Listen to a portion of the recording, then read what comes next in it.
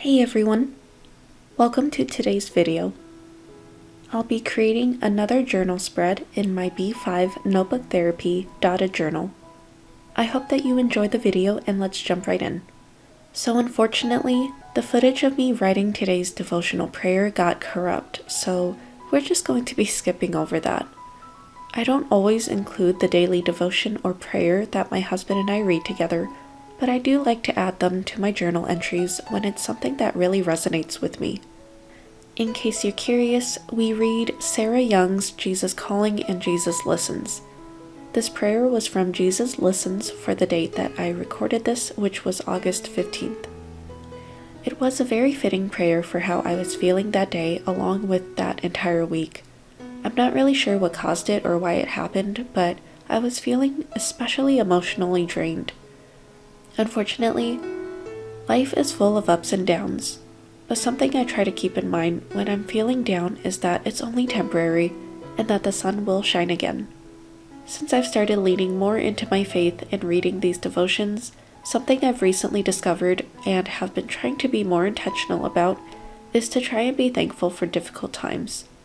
The fact that we're able to realize that something is difficult, unprecedented, and intimidating, but to also be able to conquer and overcome it is very humbling and shows us how strong we truly are. It's a blessing to go through struggles and adversity and come out better in the end. Otherwise, we wouldn't be as grateful when good times come around either, because we'll have nothing to compare it to. Life is a balance of both, and it's important to appreciate both the good and bad. Needless to say, I was very much in need of and looking forward to writing this journal entry, as journaling really helps me organize my mind and thoughts.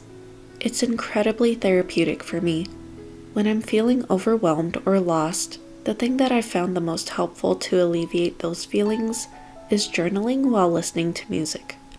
It allows my mind to escape into the music, but also centers my thoughts and allows me to focus on exactly what I'm feeling and why.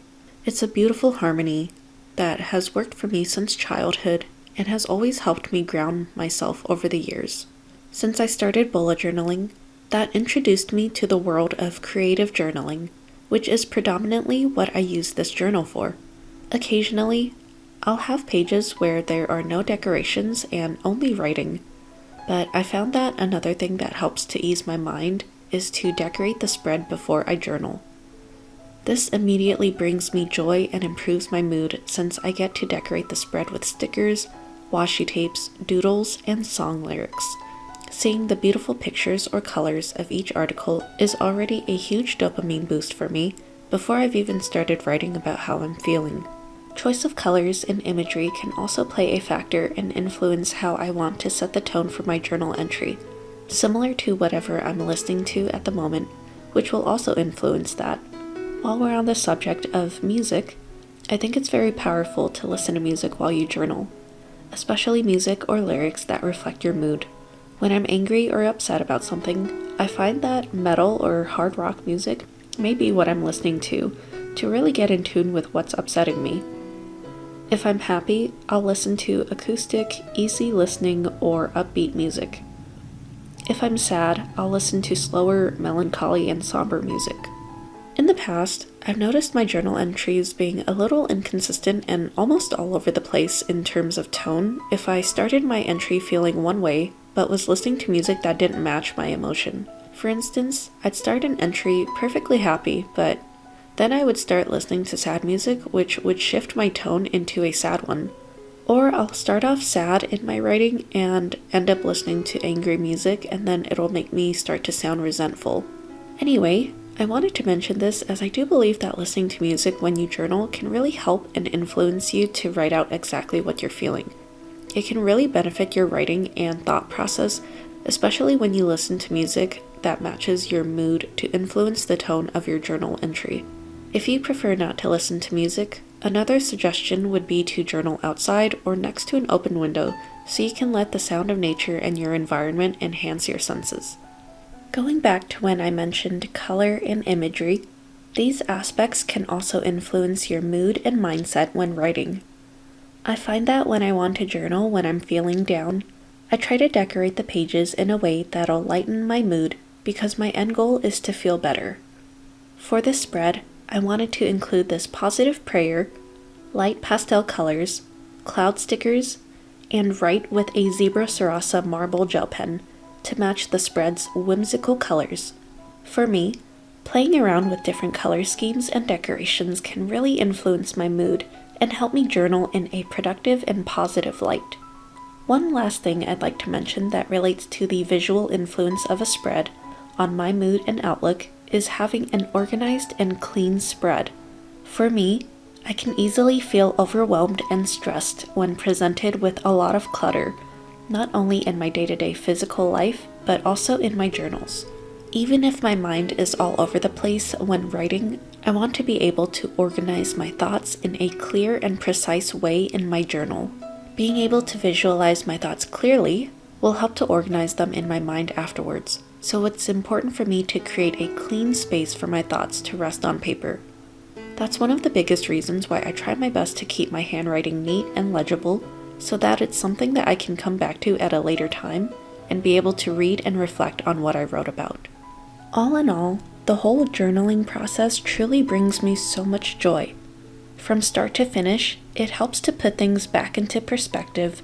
It's humbling, grounding, and therapeutic.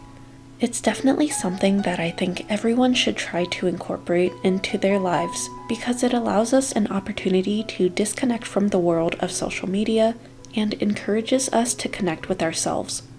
It's incredibly powerful and healing. I was having this conversation with a few of my coworkers the other day.